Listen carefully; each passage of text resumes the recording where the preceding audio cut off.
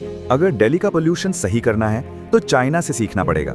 जनवरी 2013 तक चाइना का capital Beijing इतना पोल्यूटेड था कि अगर दिल्ली का पोल्यूशन सॉल्व करना है तो उस लेवल को समझना जरूरी है। वहां का AQI 993 तक पहुंच गया था।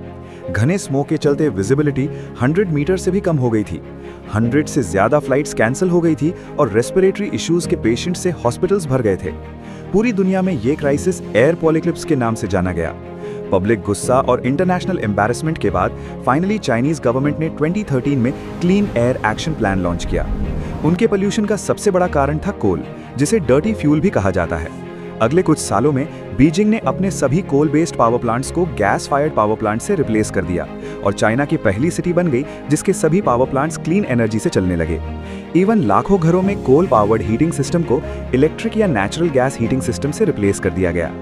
व्हीकल्स के पोल्यूशन को कम करने के लिए 2022 तक 783 किलोमीटर्स के सबवे ट्रैक्स बिछा दिए गए, जो दुनिया के सबसे लंबे मेट्रो रेल नेटवर्क्स में से एक बन गए। पेट्रोलियम बसेस को 12,000 इलेक्ट्रिक बसेस से रिप्लेस किया गया और ईवी कार्स को प्रमोट करने के लिए हेवी सब्सिडी भी दी गई। 2017 तक 2000 से ज्यादा हाईली पोल्यूटिंग फैक्ट्रीज को बंद करवा दिया गया और बाकी फैक्ट्रीज की चिमनीज में एडवांस्ड क्लीनर्स और स्क्रबर्स लगवाए गए, जो धुएं के टॉक्सिक गैसेस और फाइन पार्टिकल्स को फिल्टर करके उसे साफ कर देते थे।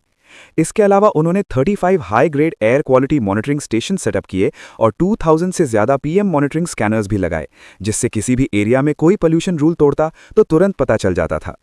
फाइनली उन्होंने अपना अप्रेजल सिस्टम भी चेंज कर दिया। सभी गवर्नमेंट ऑफिशियल्स की प्रमोशन अब उनके एरिया के एयर क्वालिटी टारगेट्स मीट करने पर डिपेंड होने लगी। इन सब के चलते आज बीजिंग का एवरेज AQI 77 के आसपास है और लोग बिना मास्क के चैन की सांस ले पा रहे हैं।